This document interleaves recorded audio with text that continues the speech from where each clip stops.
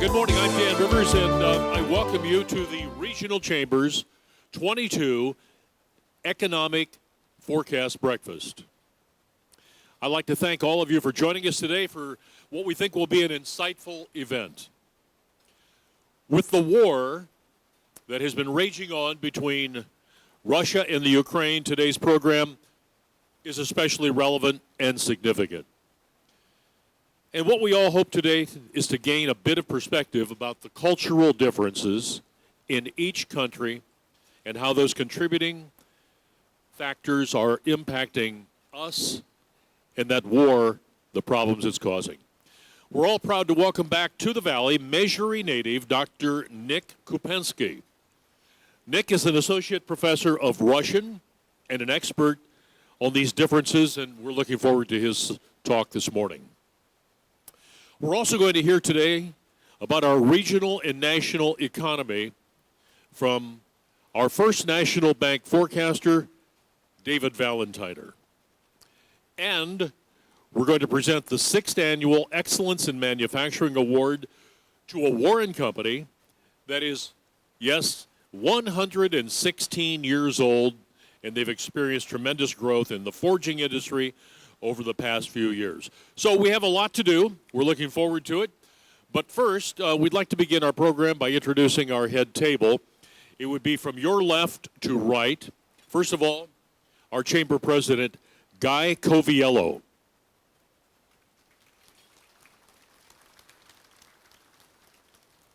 Next to Guy, our featured speaker, Dr. Nick Kupensky. He's the associate professor of Russian at the United States Air Force Academy. He is our keynote speaker.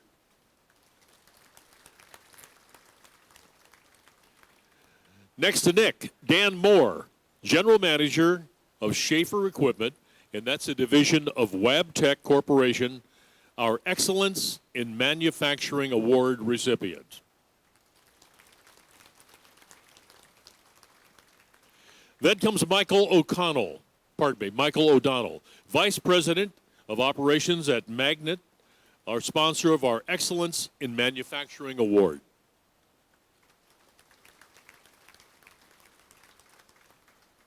To my left, David Valentiner, Director of the Interest Rate Management at First National Bank, and our forecaster this morning. Finally, Chris Colello, Senior Vice President, Commercial Banking, Team Leader at First National Bank. And thank you for the breakfast this morning, our breakfast sponsor.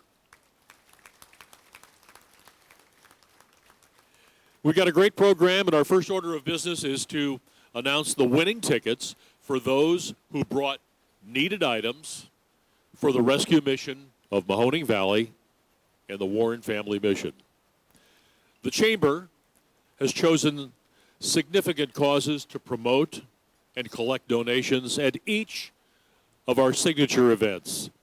And so far, with the support of all of you, they've contributed to Dress to Succeed, the Beatitude House, Angels for Animals, and the Animal Welfare League of Trumbull County. We are honored to be able to donate needed food items to both missions who need them. The Warren Family Mission, they provide food, shelter, clothing, spiritual services, and drug and alcohol rehabilitation to those in Trumbull County, and the surrounding areas for that matter. The Rescue Mission of Mahoning Valley provides food, shelter, safety, and spiritual services to hundreds in our valley each year. Once again this year, the Regional Chamber and Northeast Ohio's Manufacturing Advocacy and Growth Network, also known as Magnet, have come together to highlight a Valley manufacturer making significant strides in their industry. And at this time, I'd like to invite to the podium Magnet Vice President of Operations, Michael O'Donnell. And Michael will introduce our 2022 award recipient. Michael?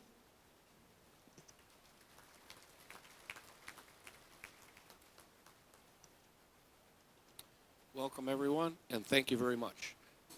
It is an honor to present the Regional Chamber and Magnet's 6th Annual Excellence in Manufacturing Award. Criterion for this award focuses on company history, growth, areas in which the business excels, and new products and/or services. We had many excellent submissions, and the committee judges certainly had a tough choice to make this year. We are especially proud to present this award to a custom forging company that opened in 1906, and I think somebody already did the math. That's 120, I'm not doing well. How many years? 116 years. And it's hard to imagine how much change there's been in 116 years. I've only seen 50 to 60 years of change. Unbelievable. And you've adapted to it. Schaefer Equipment, a division of Wabtec Corporation, has increased its number of employees in just the past couple of years by about 50, which is incredible, and is still growing. The company attributes that growth to its expansion into many new markets, as it once served only the railroad forging market, but now supports the automotive, agriculture, defense, hand tool, and many other forging applications. To accommodate such growth, Schaefer has added several new pieces of technology, including laser scanning capabilities, multiple new machines, including CNC, while the business's network of suppliers is primarily local. Schaefer's largest differentiator is the ability to create and complete all engineering steps, soup to nuts, machining of dies and components, and production of parts at his facility right here in the Valley.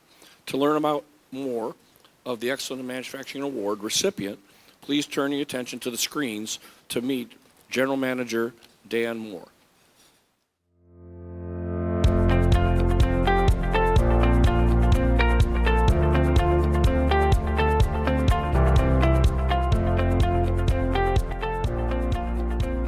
My name is Dan Moore. I'm General Manager at Schaefer Equipment, a Wabtec facility here in Warren, Ohio. Been here about 6.5 years. Primarily, we're a forging facility. We produce forgings for the railway industry, automotive, agriculture, Department of Defense, and hand tools. The growth that we've experienced over the last 2 years has been exponential. It's happened because we've delved into new industries, as aforementioned, farming, agriculture, construction, automotive. Really, that's a culmination of a year's worth of work. Putting our name out there, letting people know who we are, what we do, and what our capabilities are. It started with an automotive job for General Motors. That job picked up, increased our workload by a couple of $1 million a year. And then once we were celebrating that, the other wins started coming. Before you know it, we've added several management positions, several hourly positions, and continue to grow. We also have been told that we've been awarded a contract for National Steel Car that's going to start next year. That will add 50% additional revenue on top of our growth. So we're very excited about what that's going to bring for us in the future. What we make is really at the core of industry in the United States. We make the parts that keep the trains on the tracks. We make the parts that hold together our Defense Department. We make parts that hold together your dad's Chevy and Ford pickup truck. These are not consumer parts. You know, these are tough steel, heavy parts that are forged by tough men in a tough factory. I take pride in the fact that, you know, these parts are durable, they're long-lasting, and they're made in America. When I found out we won the Excellent in Manufacturing Award, I was very excited, to say the least. It was not personal satisfaction. It was really, it meant something for me to be able to come in and have a stand-down meeting and tell everybody in the facility. There's a lot of pride in this facility by the men and women who work here, and to be able to let them know that somebody outside of this building recognized what we've been doing over the last few years. Really, it just, even now, I'm kind of getting, you know, just kind of the happy feels from thinking about it. So I would like to say thank you to the Regional Chamber, to everybody there that supported us and helped us with everything that they've done since I've been here and even before that. Shay specifically, thank you very much for being a partner with us. And to my team, Matt, Chris, Robin, Doug, Kyle, everybody else that I don't have time to name, thank you for all your hard work and all the effort that you put into making this place successful and helping us win this prestigious award. Thank you.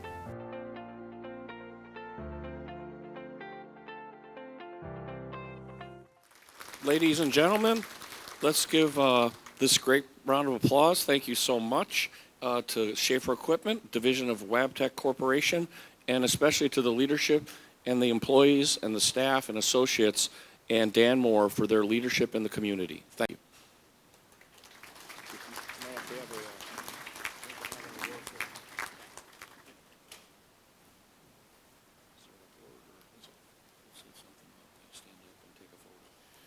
Dan, congratulations once again to you and your team at Schaefer Equipment for all your hard work and growth in our valley, and we wish you much ongoing success as you look forward to the next 116 years. Do we want to get a photograph here?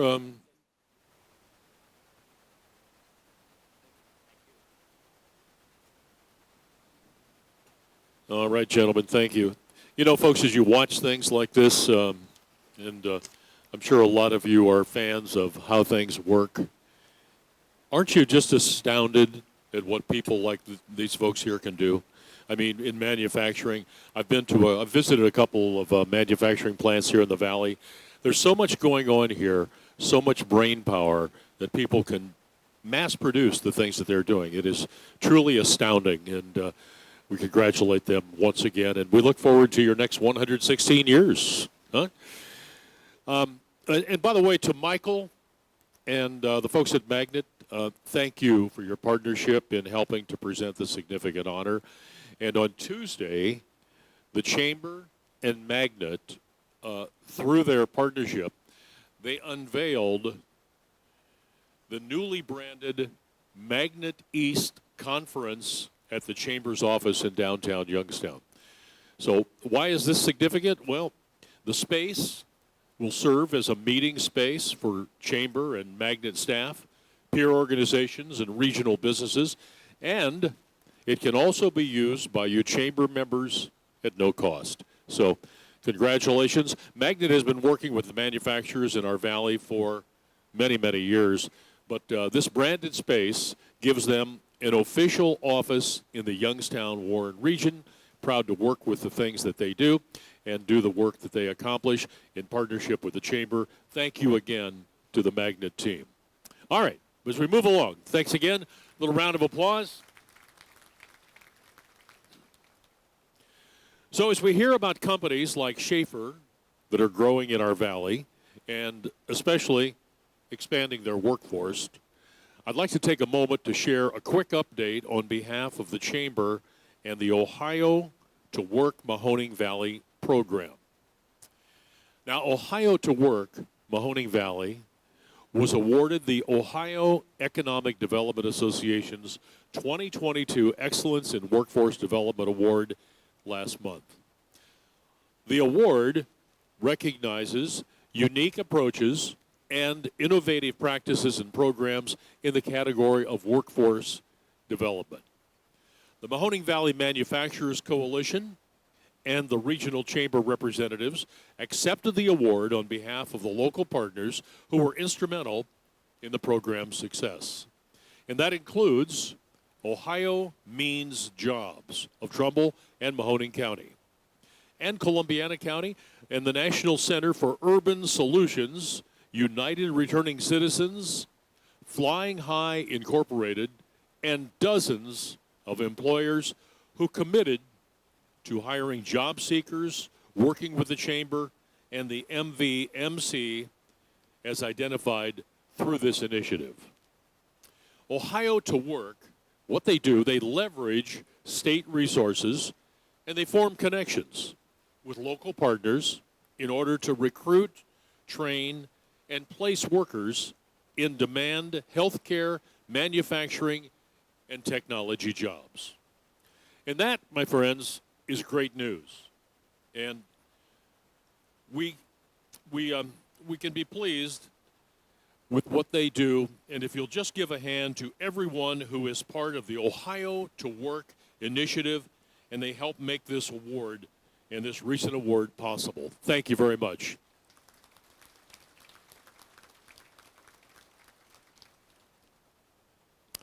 And before we move to our forecast, I wanted to recognize some additional sponsors of our Economic Forecast Breakfast here at the beautiful Eastwood Event Center.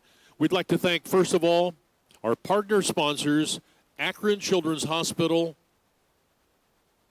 Commercial Metal Forming, H.D. Davis CPAs, the Platts Realty Group, and our patron sponsor, Armstrong.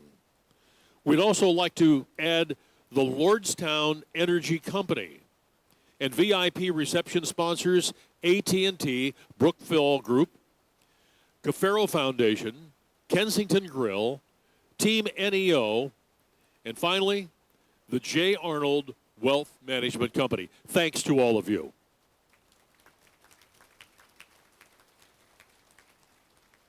All right, we have some important speakers for you today. Let's first of all move to our forecast. And the Chamber is grateful to have a longtime corporate sponsor and friend in First National Bank.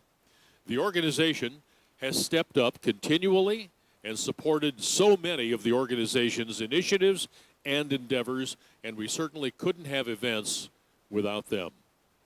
It's truly our pleasure to introduce from First National Bank, Chris Colello, Senior Vice President, Commercial Banking Team Leader. Chris?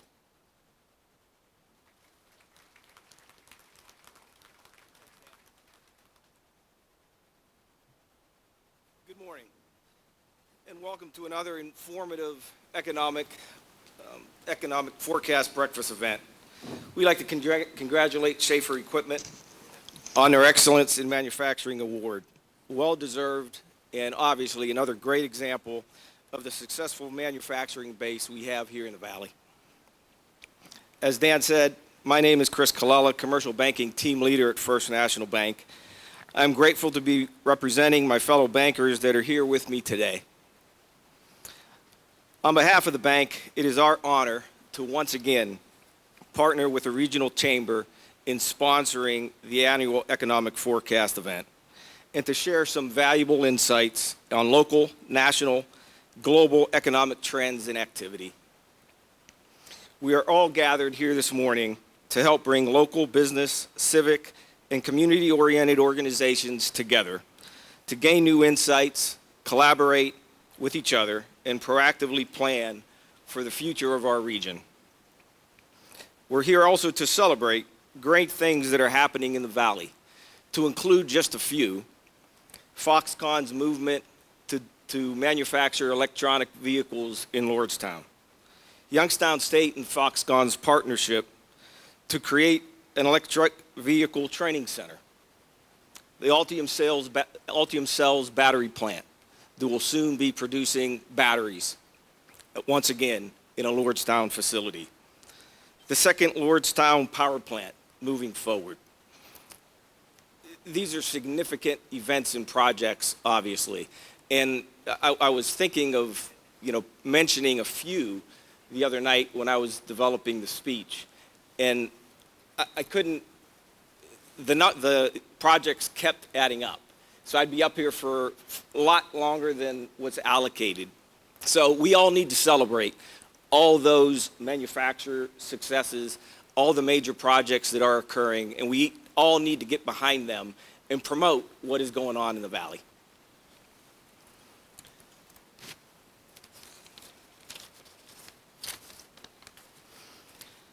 First National's mission is similar to all these projects, to improve the quality of life in the communities that we serve.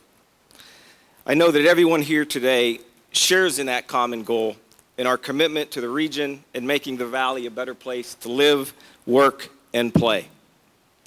F&B continues to establish relationships built on trust and integrity, and we value those relationships we have with those here today and hope to gain additional relationships with those yet to come.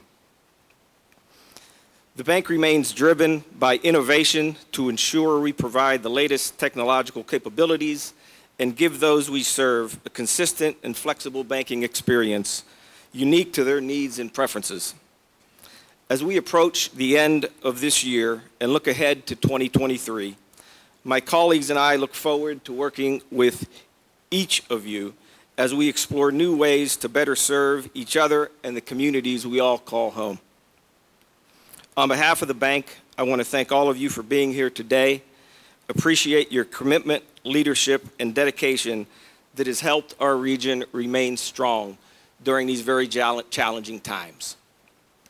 It gives me great pleasure now to introduce one of my colleagues who will be giving the forecast this morning. David Valentiner, as noted, is the Director of Interest Rate Management at First National Bank. In his role, David is responsible for overseeing F&B's interest rate management services in North and South Carolina and supporting clients through a variety of derivative solutions. With 25 years of financial services experience, David joined the bank in 2017 following its acquisition of Yatkin Corp. Prior to joining FNB, he was a director of commodity risk management at Fifth Third Bank and vice president of capital markets at Sovereign Bank in Philadelphia. He also served in different risk management and investment banking roles with Bank of America in Charlotte, London, and New York City. David is a graduate of Davidson College and a holder of a chartered financial analyst and energy risk professional designations. Ladies and gentlemen, please give a warm Valley welcome to David Valentiner.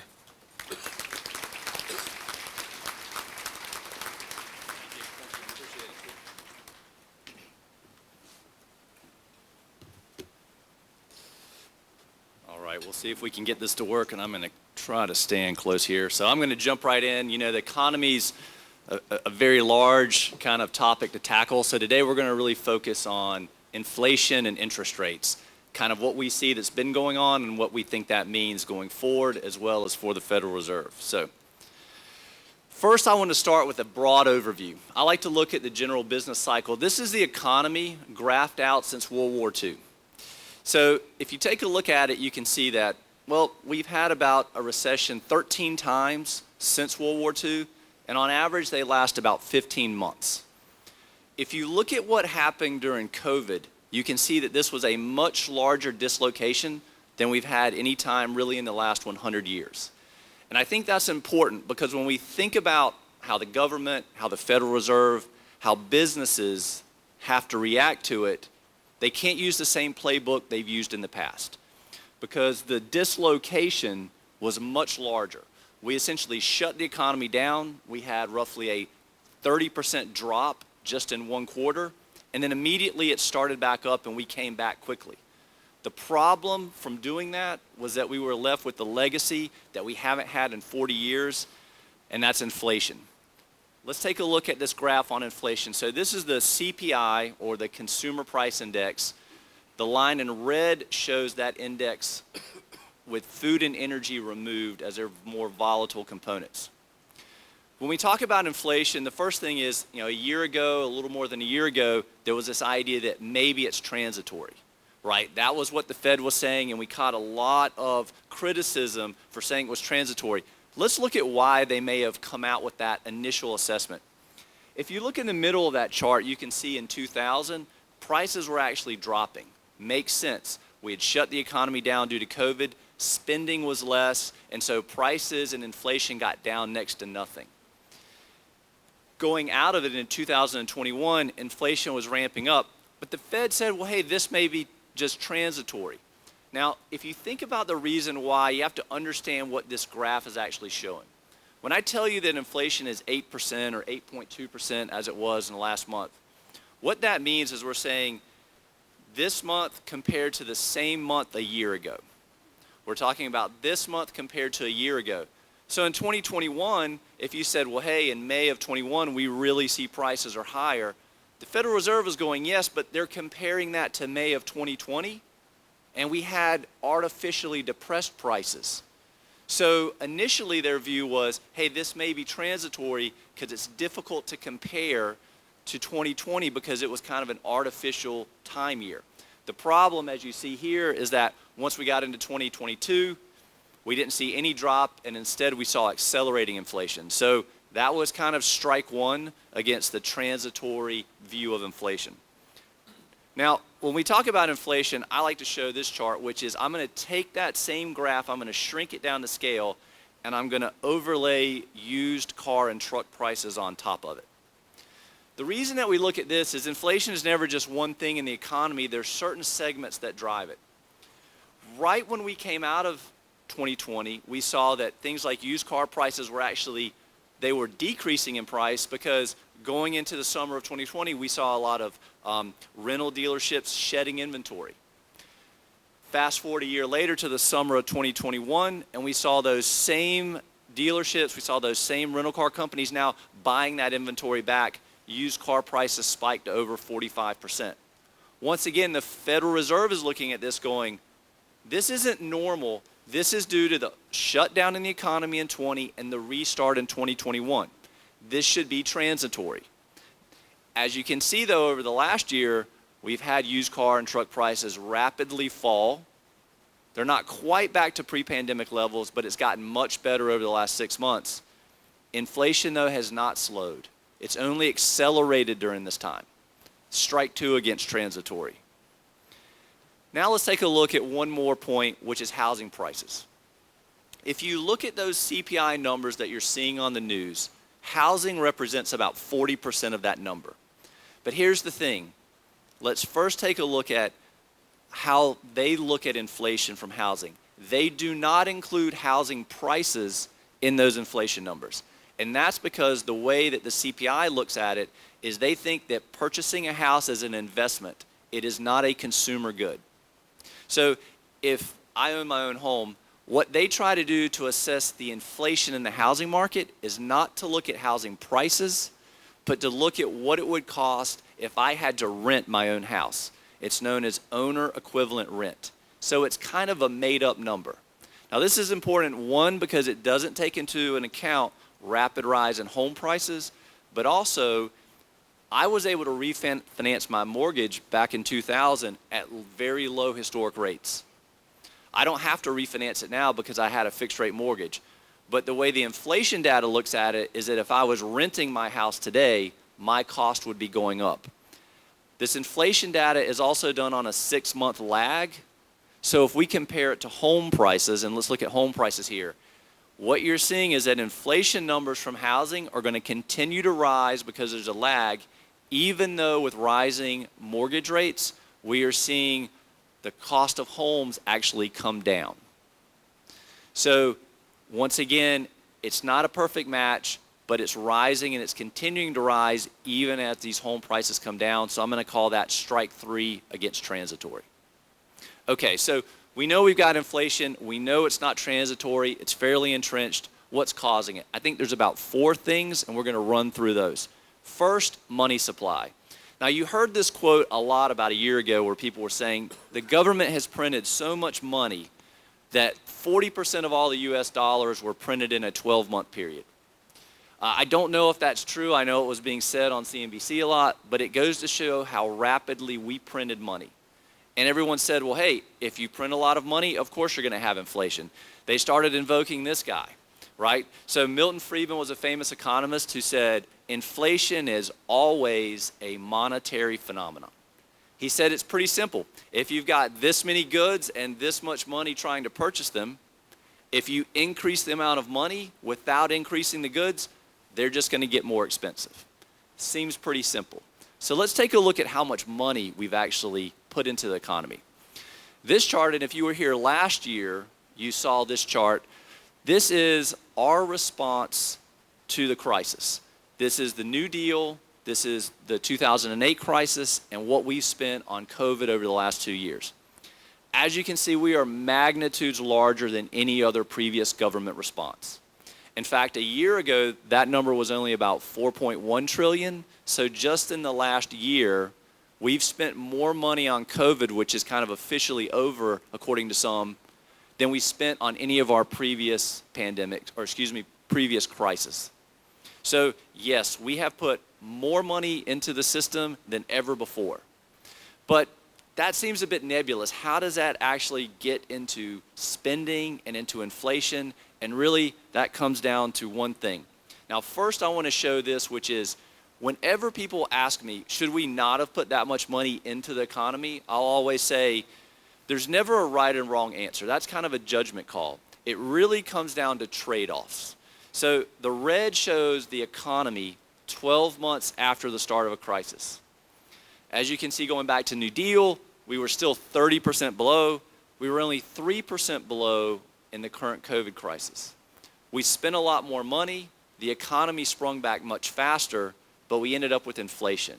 I'll let you decide if that was the right call, but once again, these are the trade-offs that we had to make, or at least those were the ones that were made. Now, the way that money gets into the economy really is through the consumer.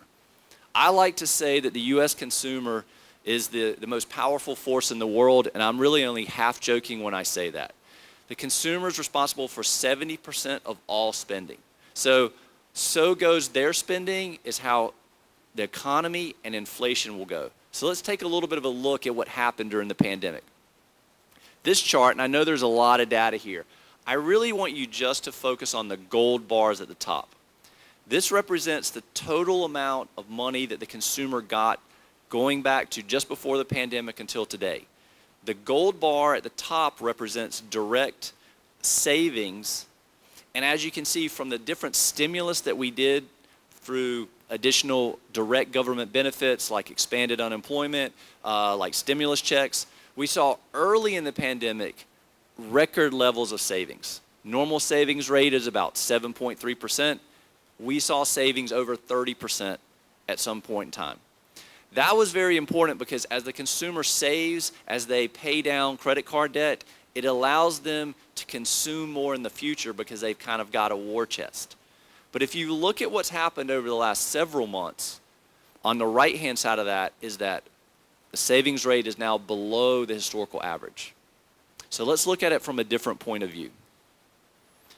This is the savings that the consumer has had. We saw an enormous leap when you were getting stimulus checks and the consumer was saving a third to two-thirds of that. And people said, when that money flows into the economy, we're definitely going to have inflation, right? We've got all this money, and when it flows into the economy, it's going to drive prices up. And here's the point. It's already happened. The consumer has spent all that savings, and they're now worse off than they were from a savings perspective prior to the pandemic. I saw one chart that I don't have up here that about 33% of people surveyed have less than $1,000 in savings right now. So savings has come down drastically. So when we think about the power for the consumer to spend going forward, a lot of this has dropped because their savings has dropped. Now you may say, well, aren't they still spending? And the answer is yes. Where's it coming from? From right here, from credit card debt. This is credit card debt increases pre-pandemic, kind of a steady trend. During the pandemic, once again, due to that high savings rate, they were paying down their credit card debts at an accelerated rate. That not only has reversed, but it's now accelerated above the level pre-pandemic. So yes, the consumer is still spending. That's still driving some of this inflation, but they've spent their savings and they've now drawn down on credit cards to an accelerated amount. Looking at this, we don't know when it will stop, but we think, okay, maybe the consumer is starting to get a little bit tapped out in what they can spend going forward. All right, so we talked a little bit about the consumer. Let's look at second thing that's driving prices, and that's commodities. So I'm going to take that same CPI chart again. I'm going to rescale it, and then I'm just going to overlay crude oil prices. If you look at oil, the story here is a little bit mixed. If you go back to the 70s and 80s, you can see that the rising, it was really the first time we had large jumps in commodity prices. We had the oil embargo of 73. We had prices really start to spike, and it coincided with a decades-long bout of inflation. I would say back then, yes, you definitely had an issue with commodities, not just being part of the inflation equation, but driving it. If you look in the mid-2000s, we had record oil prices, and yet we had no inflation. So from that standpoint, the relationship isn't as clear. I would say what's going on right now is that in the commodity prices are a significant add-on. I mean, we saw this summer 5% gasoline averaging across the whole country. For those of you who are here and in other parts of the Northeast, you've got kind of a diesel fuel shortage that's coming in that will impact heating oil. They're saying that the average person who heats their home with heating oil will face a 27% increase this year. So yes, it's certainly an add-on, but probably not a driver. And the reason why is that we are becoming much more efficient in our economy with commodities. This is a graph of energy intensity. That's really just a fancy way of saying how much oil does it take to produce $1 of GDP. So how much oil do I need to produce $1 of goods in the economy? Today, we're about a third of the energy intensity we were back in 1950. So commodities doesn't have the same ability to impact our economy because we're simply less reliant on it. The challenge is that our economy is almost 10 times larger than it was in 1950. So we still use a lot of energy, but energy intensity-wise, we're a lot less.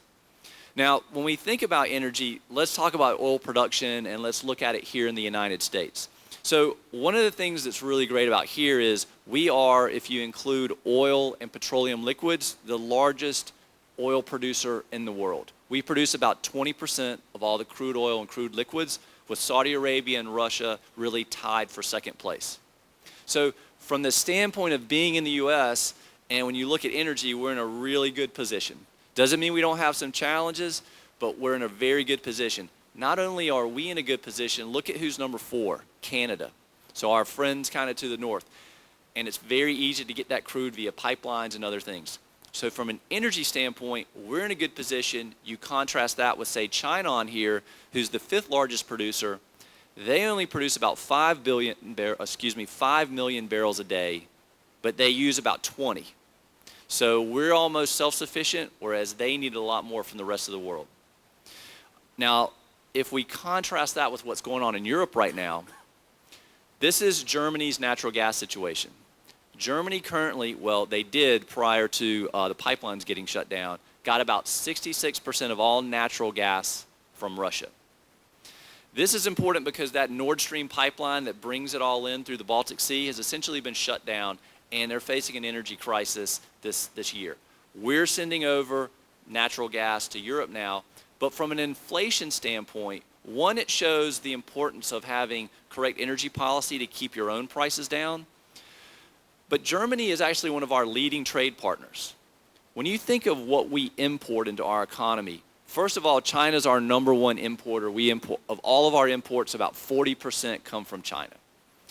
But if you look over the last 5 to 6 years, Germany's going to be in the top 5 every year, and many years they're going to be our 2nd largest trade partner in terms of imports. And it's not just automobiles that you think of. It's also plastics, it's machining and manufacturing and resins and rubber. So we get a lot of things from Germany. The challenge from a globalization standpoint is that when they have an energy crisis, when they have an energy increase, they are essentially we are importing some of that inflation here through the cost of goods. Now, we've been very lucky this year that the U.S. dollar has been strong.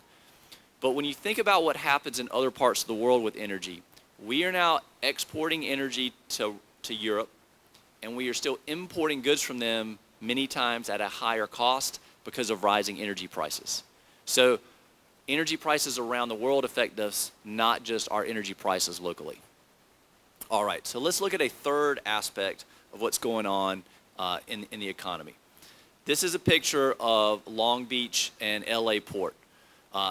Earlier this year in January, we had a record number of ships that could just not make it into the port, right? We've all known about this shipping crisis. We had over 100 ships that were off Long Beach, and the port simply could not get in, and we just had this huge backlog. Part of the problem is because not only did we print a tremendous amount of money and get it in consumers' hands, we also changed the way you could spend it. We said you can't go out to a restaurant, you can't spend it on services like you used to. So we saw about a 20% shift from services over to goods. A lot of those goods we're importing from Asia. It overloaded our shipping capacity. We just weren't able to get them there. So is this getting better? Well, if we look at Los Angeles and Long Beach, the blue represents the number of ships waiting to get into port last year. The red represents this year. We've certainly got to the lowest we've been really in the past 2 years. We're also doing that in the ramp up to the holiday season. So from a shipping perspective, things are getting better on the supply chain. Now, yes, we have shifted a lot of that to the East Coast, and the East Coast is handling more imports than ever before, and places like Savannah, Georgia, and others are overloaded, but we are finally starting to get some of these goods into the United States. If you look at the pricing of this, you can see the import prices spiked and they're starting to come down. So you heard a lot about shipping containers at one time, where the price of a shipping container might have been $2,000 pre-pandemic. At one point it was $25,000 to get one over from China. That's probably come down depending to about $3,500. So in other words, once again, we're starting to see that get a little better. I'll tell a quick personal anecdote here. So I've got a 10-year-old. Her birthday was last week. And a year ago, she wanted a bicycle. So if anyone was trying to buy a bicycle a year ago, you know how impossible it was. I walked into one of the larger bike stores in Charlotte. She comes in with me. She gets on a bike. She says, this is the one I want. This was in June. And I said, okay, great. I said, they've got it in 2 colors. They've got it in pink and blue. They've got pink in stock. We'd have to order the blue. She says, I want the blue, of course. And I said, all right. I said, look, I know you probably don't trust your dad on this, but I'm looking at all this supply chain data, and I don't know when you're going to get this bike. And, she's looking at me like I'm just... And so we put an order in for it, and I said, you'll probably get it maybe in a couple of months for your birthday. Her birthday comes, October, no bike. November, no bike. I walk into the store December 15th, and I go, look, I said, I'm not trying to pressure you. I know we've got a supply chain crisis. What's the likelihood we're going to get this bike? And he just looks at me and he goes, never. You'll never get the bike. And I thought he was joking. And then he goes, no, I'm being serious. He goes, one, that bike's not going to get made because we're already going to be into next year's model. So that bike there aren't any more of those bikes. They're not making any more of those bikes. And we have gone from being a bike shop that sold multiple brands to partnering with one specific bike manufacturing so we can get inventory. So you're never going to get that bike. He was right. Finally, in March of this year, we went to another store, found her a bike. It was great. 2 weeks ago, I walk into a bike store. Not only is it full of bikes, they've got $500 off a lot of their bikes. They've got sales. We are seeing this supply chain crisis get better. It is getting a little bit better. All right. And that's because we're finally getting inventory. Inventory levels have been growing faster than any time really in the last 20 years. It doesn't mean we're out of the woods. It just means we're seeing this time and time again that people are telling us, especially in the retail space, that there is more inventory. All right, so from that standpoint, I think we're looking a little bit better. Now let's talk about what I think is the biggest problem that we have and the one that's unfortunately not getting better. This is Labor Secretary Matt Walsh. He says, we don't have enough workers. It's a bigger threat to our economy than inflation. What I would say, they're really the same thing. The worker crisis is really the problem that's driving inflation, and it's driving the Federal Reserve. All right, let's take a look at it. So this is workers' unemployment. We're at 3.5% unemployment. That's a 50-year low. And if you look at the number of workers coming back, we're at 153 million workers right now. We were at 152.5 in February of 19. So in 2 years, we're just getting back to the same number of workers that we had 2 years ago. The problem is that our economy, it only took about a quarter off. I mean, we've had some dips, but really, the economy's been growing for 2 years. The workforce has not. That's the situation that we're in right now. One of the problems, I always say, has actually been the retirement of our baby boomer generation. So a year ago, we were saying, hey, we're starting to see this. Let's take a look at a little bit of data. If we look at baby boomers in the workforce, on average, they've been retiring at a set rate. Pre-pandemic, they retired 1.5 million in 2019. The last 2 years, they've retired at double the rate. We weren't sure last year in 2020, was this just a kind of a one-year thing? Downside has been no, it's actually been both years. What this means is that if you go from 1.5 to over 3, is that just in the last 2 years, we've lost over 3 million workers that normally would not have exited the workforce. And these aren't newbies. These are your most experienced workers, people who have been on the job for decades, that have a level of experience and knowledge that is very difficult to replace. You just can't retrain someone and get 25 years of experience.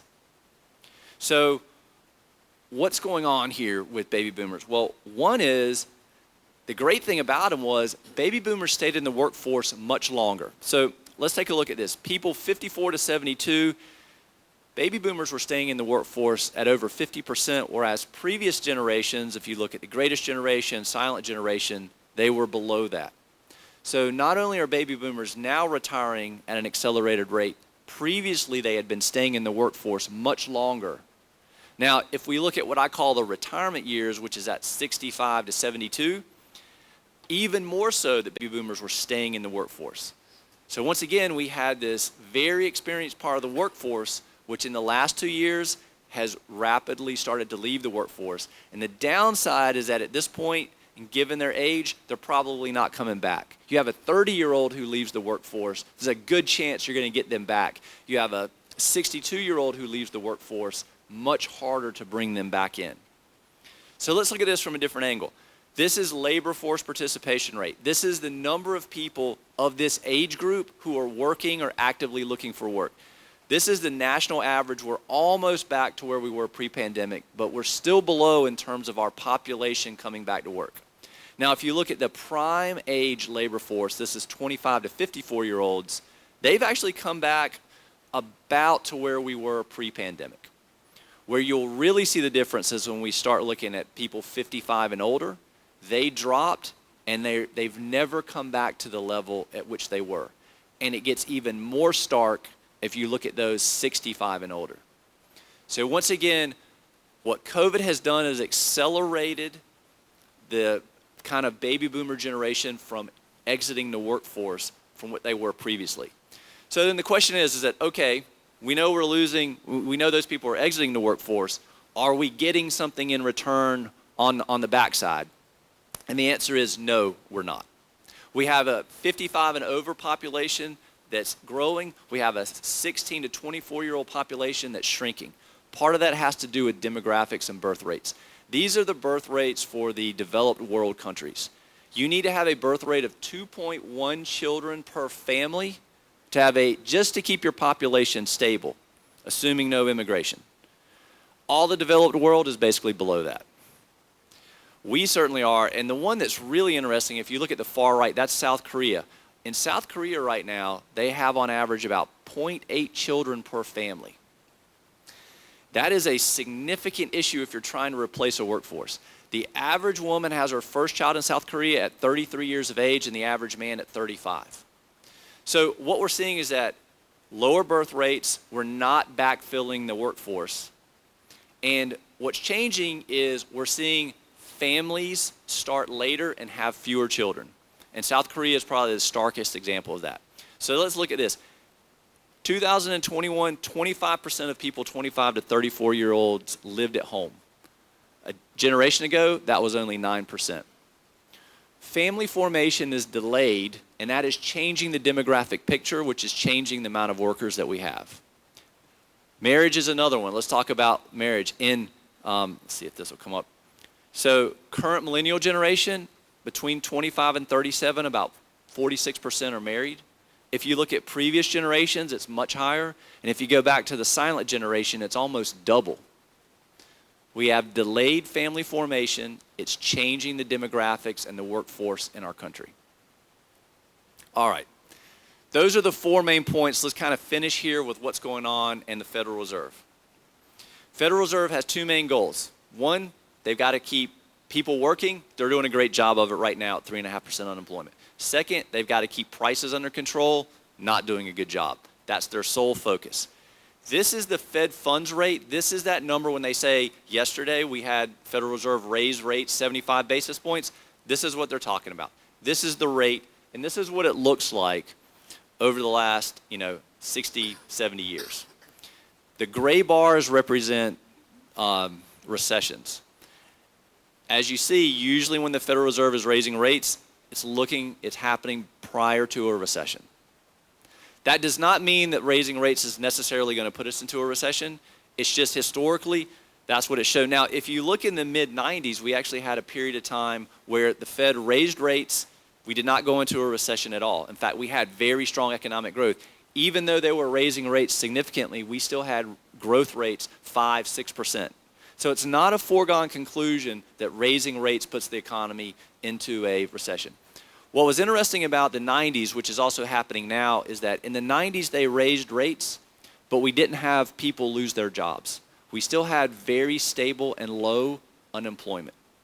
So when we think about recessions, when we think about what's going to happen, when we think about can the Fed engineer a soft landing, a big part of that is whether they can keep people working while slowing the economy down enough to reduce the demand for goods. Now, that's a very tricky way to try to do it, and I'm not going to say that I can predict whether they will or not, but what I can say is we're in an enviable position, whereas in 2000 and 2008, things in the economy broke, right? We had a housing crisis, a housing bubble. The Fed raised rates, popped that bubble. We had a long, slow recession coming out of that. We're not in that situation right now. We don't have things in the economy that have to break just because the Fed is raising interest rates. However, they are raising rates now faster than at any time in the last 40 years. So once again, we're just in a kind of unprecedented time period. So yesterday, the Federal Reserve raised rates 75 basis points. Where do we think they go from here? One is right now, they have a meeting in December 14th. It's about 50-50 as to whether they will raise rates another 75 basis points or just go another half a point. Whatever it is, we know that they're still planning to raise rates, and they're planning to do it into 23. So my last slide here, this is Fed Chairman Jay Powell. He came out yesterday because the market kind of got excited that maybe the Fed was going to stop raising rates so rapidly, and he gave a press conference at 2:30, and he said no. He said the ultimate level of interest rates will be higher than previously expected. This is a theme we've seen over the past several months. So I've been in finance, so I like some of these old finance movies, right? There's an old movie, Wall Street, right, from the 80s with Michael Douglas and Charlie Sheen, and there's this great scene in the movie where they're sitting in a limo, and Michael Douglas looks over at Charlie Sheen, and he's kind of showing off, and he says, "You see that building over there?" He goes, "I bought that building.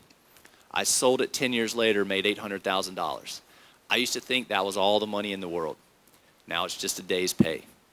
Well, last December, the Federal Reserve said that in 2022, they were going to raise rates 75 basis points for the entire year, and now it's just a day's pay. That's how much they have changed their tune. In every meeting we've seen of the Federal Reserve since last December, they have come out and said we are going to be more aggressive than you previously thought we were.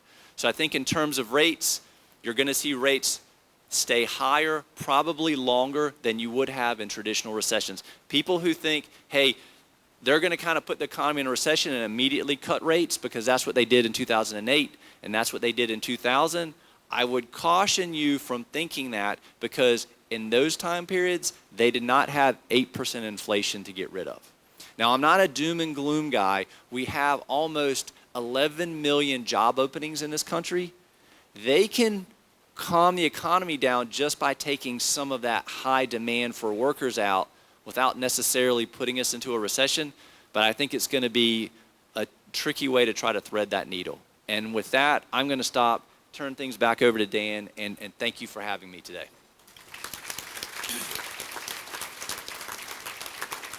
Not so fast, David. Come back here. I think I've got 3 or 4 shows out of just what we heard. I thought he was great. You guys, David, the one thing I think everybody's probably wondering about, are we going to get past this diesel fuel shortage that we're talking about? People are saying we have 25 days. Could you give us a minute or so on that? So to jump in a little bit about diesel fuel, so right now you're hearing that we have a diesel fuel shortage. You may say, people are saying we only have 25 days of inventory. Those are all true. So I don't have a graph of it, but if you think, we look at fuels that there's a normal band that the inventory levels of fuel should stay in over 5 years, right? They fluctuate a little bit, but there's this band. We are currently about 27% below the low point on that band. And what they're looking at is they're saying the inventory that we only have 25 days left. But that assumes that we're not making any more fuel, we're not importing any new fuel. So I don't think that it's so dire that we're going to run out, but it is a serious situation. And once again, this gets to the world. We in the United States have traditionally imported fuels from Russia. We are cutting that off. Other parts of Europe are looking to cut that off. That reduces that supply. And so, as I mentioned earlier, the current energy projections are that we'll have enough fuel for people, but you're going to see higher prices. You're going to pay 25% or more this year if you heat your house with fuel. So I think what it's doing is it's shining a light on the importance of, hey, we've got to find a way to make sure we have a significant amount of energy in our country and that we're able to access it. Because what Europe has kind of been finding out is that they move to this kind of cheap form of gas, which they get from Russia. It's great as long as it works. And as soon as it doesn't work, you don't have any redundancy. You don't have a really good backup plan. And so we're seeing that a little bit with diesel here. But some of that is because our refining capabilities in the U.S. have come down a little bit. But I think what we're going to see, maybe politically, is a lot more focus on energy policy, which has probably taken a back seat in this country. It's going to get big because of issues like that. Yeah. All right. Very brilliant man, and enjoyed hearing him. And should we put in cordwood or no? Should we start laying in cordwood here? Or are we going to be able to heat our... I don't think we will, but what's interesting is that if you go to Google and you look up kind of like, not AdWords, but you can do that where Google will tell you what people are searching for. In Germany, the search for firewood has been like this, and it's skyrocketed. Yeah. In other parts of the country, they are, actually. Yeah. All right. All right. So if you've got the wood, it might be a good idea, folks. All right. Moving along, and we have some great speakers here, and I thought David did a great job. And now my distinct pleasure to introduce our keynote speaker, and his name is Dr. Nick Kuspensky. And Dr. Nick Kuspensky is an associate professor of Russian at the United States Air Force Academy, where he teaches courses in Russian and foreign area studies. By the way, he was born in Youngstown. He's a graduate of Brookfield High School. He received his bachelor's degree from Bucknell, and he studied comparative humanities, Russian, and English. He has a Master of Philosophy and a PhD from Yale in Slavic languages and literatures. This guy's well educated, huh? He also completed coursework in Moscow, Paris, Brasov, Slovakia, Kyiv, Ukraine. Nick previously was a lecturer at the Russian State University for the Humanities. He's a visiting professor in comparative humanities at Bucknell, and also the Andrew W. Mello postdoctoral fellow in Russian and Bowdoin College. Since 2013, he has also been the vice president of I'm sure they get another run at this, at Carpatho-Rusin Research, a publishing firm that produces and distributes scholarly and popular literature on Carpatho-Rusin and Carpathian Rus. He is the author of dozens of articles on the Soviet, Ukrainian, and Carpatho-Rusin history and the culture that have appeared in the New Rusin Times. The Emil Kubek Project, Slavo, Harvard Ukrainian Studies, and many more. This man has done a lot. Ladies and gentlemen, give a warm Youngstown Warren welcome to our guest speaker, Nick Kuspensky.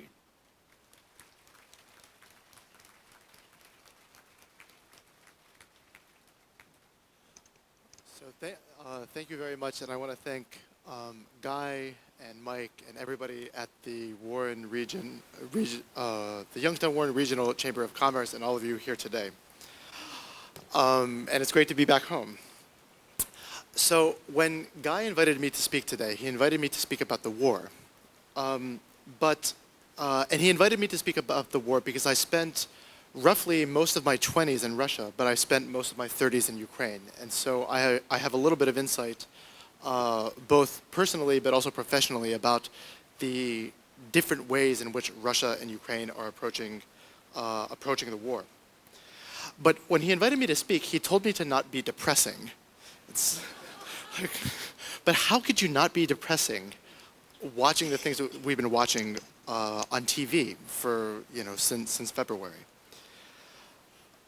Well, in fact, it is possible to not be depressing speaking about this war, because Ukraine's heroic, impassioned resistance in the face of this truly barbaric Russian invasion could tell us a lot about the power of dignity and pride, the allure of freedom and liberty. the influence of grit and resilience. So there's a lot of things that Ukraine could teach us. Most of the images and stories about Ukraine in the news show the horrors of war. But what we rarely see is how beautiful and diverse and dynamic of a place Ukraine was before Russia invaded. Ukraine is a place where there's dolphins. Ukraine has a biological reserve where zebras, not indigenous to Ukraine, but were brought there and live wildly.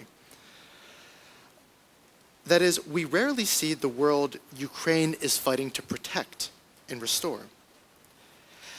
And so the thing that I want to do today, while speaking about the war, I want to speak maybe a little bit hopefully and tell you and share a little bit about how I view Ukraine, how I view this crisis, how I view the invasion.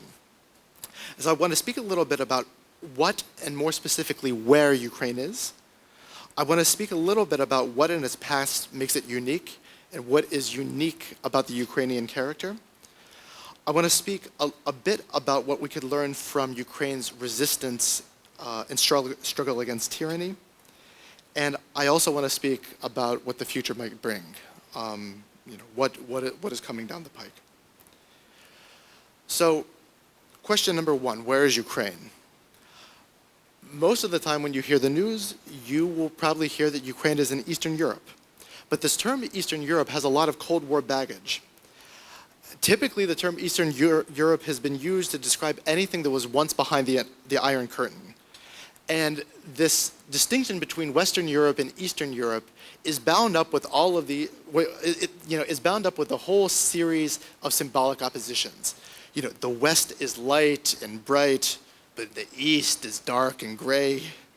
The West is happy and prosperous, but the East is depressing and decrepit. The West is free and open and tolerant. The East is repressed and closed and traditional. And I think a lot of us who maybe have not been to Eastern Europe operate with these sort of assumptions. But even during the Cold War, many so-called Eastern Europeans began to reject this term.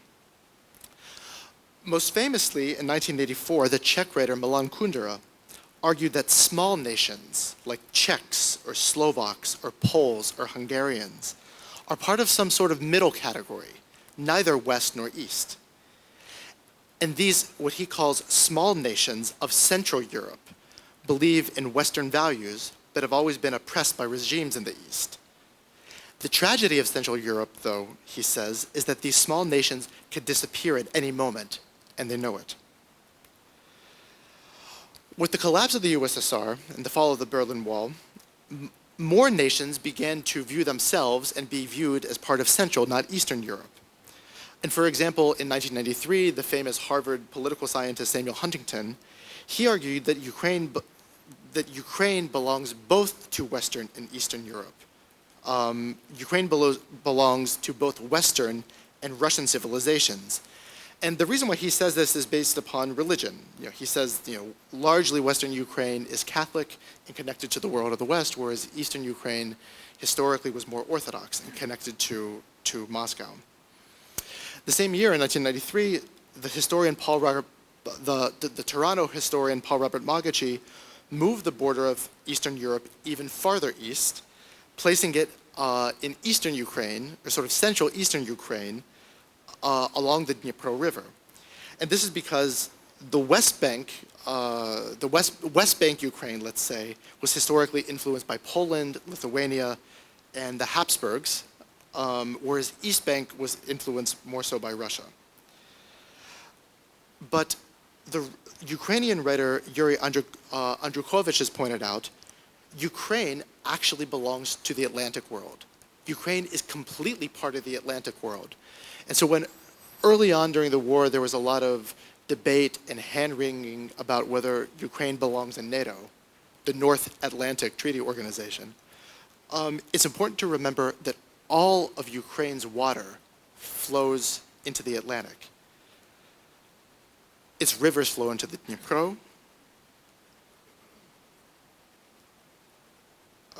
which flows into the Black Sea, which empties into the Mediterranean, which opens into the Atlantic, and washes up on the beaches of Maine or New York or Florida.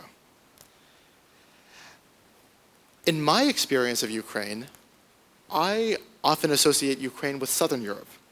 The Ukraine that I know is more of a Southern European country, one that looks more often to the Black Sea than it does to Moscow. And in fact, Ukraine's southernmost cities are closer to Athens or Rome than they are to Russia, which is something that I think we often forget.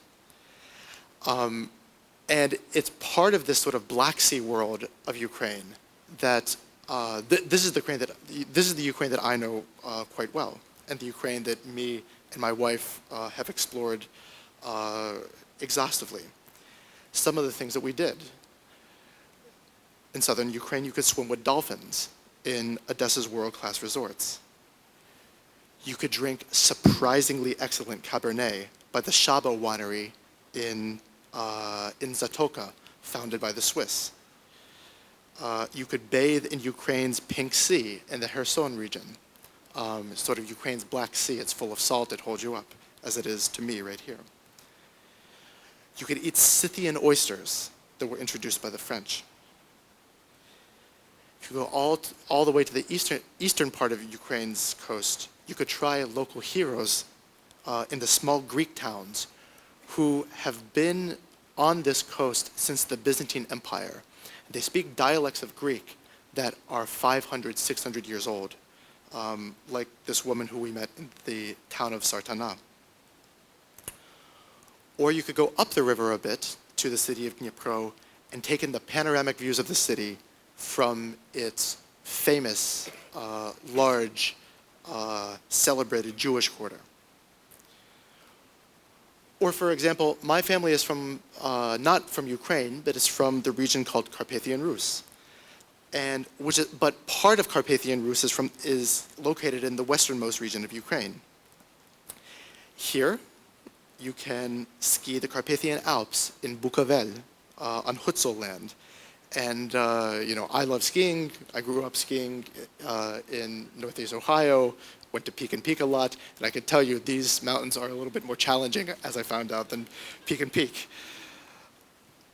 You could tour Habsburg castles in the Russian town of Karpaty, or Hungarian ones in Mukachevo. In the city of Uzhhorod, there was an Italian emigration, and a quite meaningful Italian emigration in the 1300s. And so if you go to the city of Uzhhorod, you could admire frescoes that art historians think were painted by Giotto, the famous Italian muralist. And if not him, then somebody from his school. Or you could take in the Japanese sakura trees or the lemon groves that the Italians brought with them as well. Or if you want to relax and unwind, you could go to the hot springs in Berehava in the Hungarian plain. And these hot springs leave nothing to be desired, no worse, no less luxurious than the ones that we have in Colorado. And so the thing that I think it's important to remember when thinking about Ukraine and when following the news on Ukraine is this is the world that existed before the war. And this is the world that sent some of the people to the Mahoning Valley who became miners and mill workers who helped build this city and build this area. They opened businesses, raised majestic churches with the onion domes that you see in every town or city in the Midwest. They became our friends and neighbors. And so when you think about Ukraine, whenever you think about Ukraine, you probably think about what is going wrong in Ukraine. But this is not the world that Ukrainians know. This is the world that Ukrainians know. This is the place that they're fighting for. This is the place that existed before the war and the one that they're struggling to protect. The second thing that I want to put on the table and discuss and share with you is what specifically makes Ukraine unique. What is unique about the Ukrainian character? And what makes the Ukrainian character distinct from the Russian character as we see on TV every day? Well, Ukraine is culturally distinct from Russia in a number of important ways.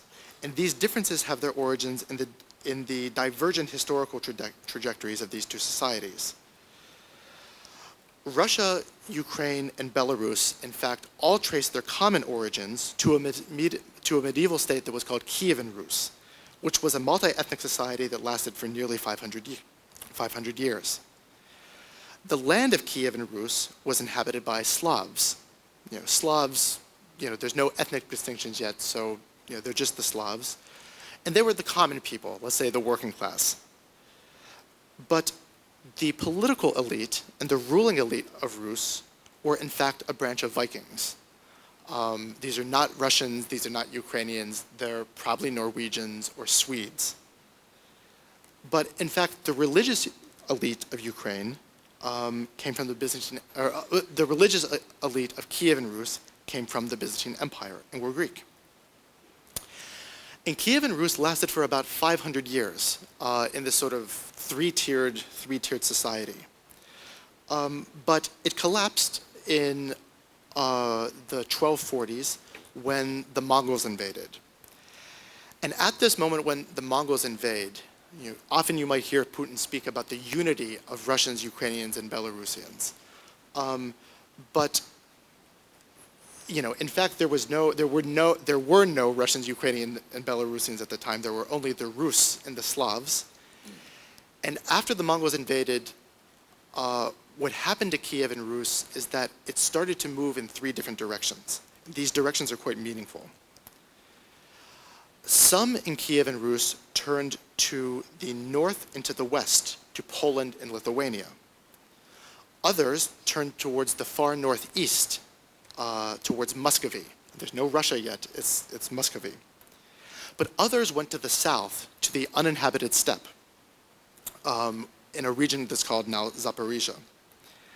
But it's important to remember that the majority of Rus did not become part of Muscovy. The majority of Rus ended up in the Polish-Lithuanian Commonwealth, which was Europe's largest state.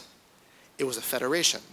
It was a federation whose civil society was predicated upon the idea of individual rights and rights that were given to certain estates and classes.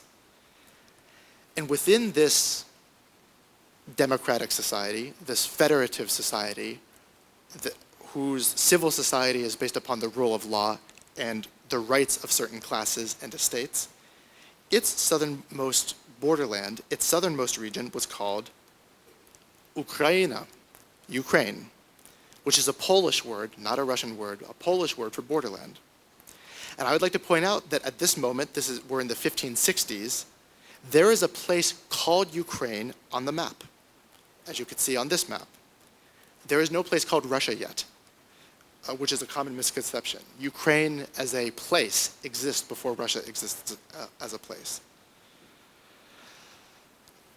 Many of these Ukrainians who were descendants of Kievan Rus who lived in this region called Ukraine, many of them gradually began to travel to the south, to a land called Zaporizhia, which is called the land beyond the Dnipro Rapids. And in the south, in the steppe, they lived a life of rugged individualism. They hunted, they fished, they raided surrounding states. They fought together to defend their way of life, much in the same way that cowboys, let's say, did in the American West. These individuals came to be known as the Cossacks, which is a Turkic term that means a free man. And in 1552, the Cossacks, they built this fortress or a sich on an island in the Dnipro River, where they formed a Spartan democracy, founded upon the principles of brotherhood, equality, freedom, and liberty. And again, I would like to point out that Ukraine's democratic tradition begins in the 1400s and the 1500s. Ukraine's democratic tradition is older than our own. The Cossacks were famous for their principled resistance to any incursions on their freedom. They were violent and spirited fighters. But it attracted like-minded individuals to join their ranks. And one of the people who joined the Cossacks was the British pirate Captain John Smith, the one who was rescued by Pocahontas. And John Smith spent time in the Ukrainian steppe before coming to the Jamestown colony. The most famous expression of the Cossack spirit is in this 17th century letter that they wrote to the Turkish Sultan. And the Turkish Sultan wrote to the Cossacks and insisted that the Cossacks become Turkish subjects and bow down to the to the Sultan himself. And this is the text of the letter. And there's a lot of colorful language in it, which I am not going to read out of propriety. You could scroll through it and see some of the ways that the Cossacks express themselves. But I do want to recite its ending in bold, this bolded part, but I'm going to recite it in Ukrainian, or the language that the Cossacks use, so that you could hear the colorful, musical, rebellious quality. And so in Ukrainian, it sounds something like this. Тепер кончаємо, бо числа не знаємо, і календаря не маємо. Місяць у небі, ходу книзи, а день такий у нас, який у вас, за це поцілую в сраку нас. And so it's important to point out that the Cossacks are not Jefferson and Hamilton, and their letter is not the Bill of Rights. But those of us who study Ukraine were not at all surprised to see its citizens respond to Russia's invasion with similar bursts of patriotic profanity, whether in the response of Snake Island to the famous Russian warship, or the improvised road signs created to greet the Russian invaders, or the courageous Ukrainian grandmother who approaches a Russian soldier and offers him sunflower seeds. And she says, take these seeds, put them in their pockets, so at least sunflowers will grow here when you die. So in other words, for 500 years, Ukraine has fought against subjugation, tyranny, unfreedom. This is nothing new, and nothing will change about this. This will not stop. So that being said, what could we as Americans learn about Ukraine? What should we think about what should we think about the war? What should we think about the ways that Ukraine is defending itself and protecting its land and people? Well, I visited Ukraine for the first time when I was writing my doctoral dissertation. I was finishing my PhD at Yale. I was actually studying an American colony in Ukraine. There was a group of Americans who moved to Ukraine in the 1920s and 1930s to build the largest hydroelectric dam in the world. And there's still a few descendants of this American migration in this city of Zaporizhia. But I arrived in Ukraine in March 2015, a year after the protest that overthrew Ukraine's pro-Russian president, Viktor Yanukovych. So Ukraine had just had a political revolution. They threw out the Putin-appointed dictator. They reconstituted their civil society based upon principles of dignity and liberty. And being in Ukraine in 2015 felt like being in Concord or Philadelphia in 1776. There was just something intoxicating and electrifying in the air in a country whose people spontaneously rose up against a corrupt government, and they won. These protests began in 2013 in Kyiv Central Square, the Maidan, when students urged President Yanukovych to honor his commitment to strengthen ties with the EU and not Russia. And the thing that Yanukovych did, if you remember, is that he sent his riot police, the Berkut, who violently attacked and beat these protesters, these young kids, which caused even more people to protest through a long, frigid winter. Afghan veterans came out to the square to protect the students. Women, children, the clergy, every class of society in Kyiv came out to protect these students who were asking for a better future. But in February that year, after a long winter, and this went on for months and months, President Yanukovych sent his riot police to just fire on the crowd and killed over 100. And at this moment when these largely peaceful protesters who were asking for a future in Europe, not with Russia, who were asking for a not corrupt government that doesn't steal from its people, all of a sudden these protests stopped being known as the Euromaidan, and they came to be known as something else. They came to be known as the Revolution of Dignity, out of the idea that You could shoot us, you could kill us, but you cannot take away our dignity as people. Old and young, men and women, Russian and Ukrainian speakers, ethnic Russians, ethnic Ukrainians, Jews, Tatars, the Orthodox, Catholic, Muslim, Jews, capitalists, old communists, all walks of life in Ukrainian society came to the Maidan. They came to insist upon their fundamental dignity as individuals, to reject a morally bankrupt government, to demand a better future for their children and grandchildren, to refuse to let Russia decide what the country will be like.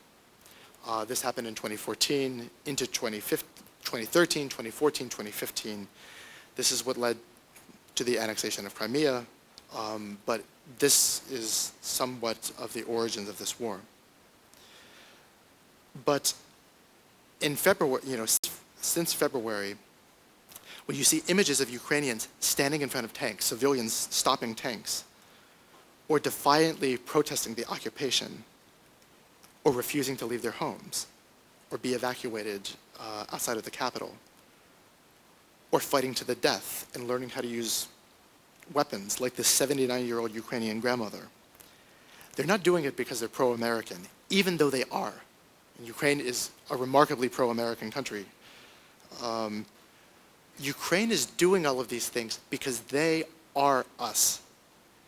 Their fight against tyranny now echoes our fight against it in 200 years ago. What the important difference is that between the 13 colonies and the British Empire, there was the Atlantic Ocean. Between Ukraine and its imperial force, there's flat plains. But these Ukrainians want to live full, prosperous lives. They want the freedom to choose their own future. They know the feeling of liberty, and clearly, as you could see, will never give it up. So what's going to happen? What will the future bring? What is my Ukrainian forecast, my forecast for Russia's war in Ukraine? What's going to happen in the days and weeks to come? To these type of questions, I could only say I have no idea. This war has taken a number of different turns. It's very hard to predict. But there's a number of things that I'm looking for. And there's a number of things that I would encourage you to keep an eye on in the news to determine what the course of the war will be. This is the Institute Study of Wars map that shows how much of Ukraine has been occupied by Russia. And the blue sections of the map are the most recent areas of Ukraine that the Ukrainian army has liberated. One of the things that I'm looking for, there will be a sign of whether the Ukraine's counteroffensive is continuing to have momentum, is to look at the city of Kherson. The city of Kherson is the only remaining regional capital that Russia has seized. And Ukraine is a really, really important, and for this reason, Kherson is a symbolic city that Ukraine is probably preparing to retake. Russia is trying to reinforce its positions, but because, as we see, Russia is, the Russian army are not the most talented logisticians, they're not the most courageous fighters. Many military analysts are predicting that Ukraine is going to be able to retake Kherson. And this will be very important because if Ukraine can, then we could start speaking about Crimea. And if we start speaking about Crimea, then Putin's story collapses. A second place that I'm looking, and I haven't seen reporting on this, but it's one of the things that I'm thinking about, is will Ukraine try to retake the city of Enerhodar, which is the location of the Zaporizhzhia nuclear power plant, which will be crucial for Ukraine's security. Or maybe they'll push deeper into the city of Melitopol. And you see this sort of blue sea in this blue island in this sea of red. And this is an area where there's a lot of partisan activity. And so if the Ukrainian army could break into the Melitopol region, there could be the chance that a partisan war could break out. And as we saw in Kharkiv, Russian soldiers, when faced with even a little bit of resistance, drop their guns and run. So this is maybe hopeful, but something I'm thinking about. Lastly, it's fall, it's raining, the ground is getting wet, the ground is getting muddy. And so probably the front line will freeze in place for a couple months. But when the ground actually freezes in December and January, it's at this moment that I would expect a second counteroffensive. Because in the Russian-occupied territories, there's little electricity, no amenities, this is destroyed land. And this is the moment where I would expect Ukraine to take a second crack at breaking the Russian back, maybe moving into Luhansk, Donetsk. And so these are the things that I'm looking for in the next couple months.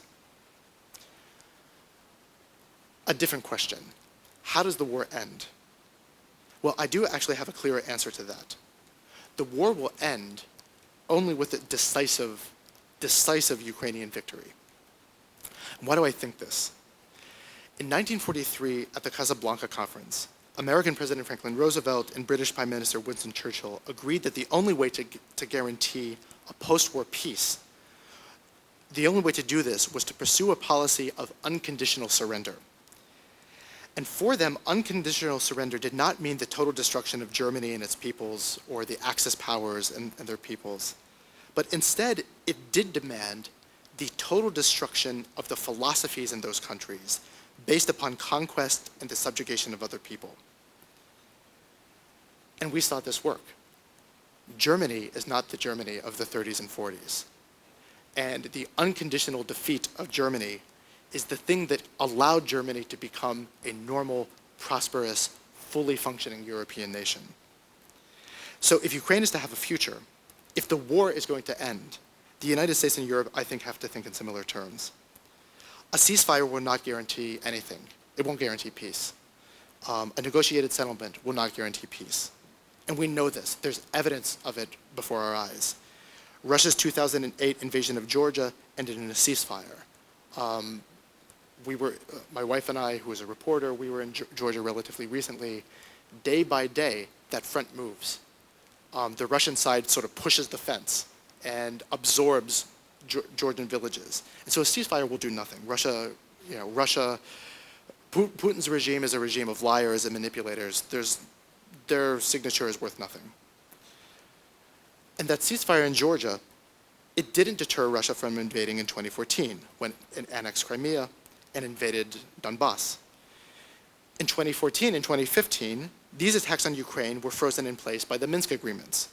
But this ceasefire also did nothing but give Russia land, a military victory that Putin could celebrate, and the political capital to launch an even more brutal war this February. Russia's brand of authoritarian neo-imperialism, what scholars call Rashism, a portmanteau of Russian fascism, I think must be unconditionally defeated. Only with a decisive Ukrainian victory, with support of our NATO allies, will we see the economic, political, and social turmoil of this year recede. Only with a decisive victory will Ukraine's enemies disappear like dew in the sun, Yak rosa na sonci, as the Ukrainian national anthem tells us. And in fact, it's not surprising that Ukraine's national anthem is called Ще не вмерла Україна, which means Ukraine's not dead yet. Yet. Thank you. Thank you, David. Thank you, Nick. I want to thank everybody for being here today.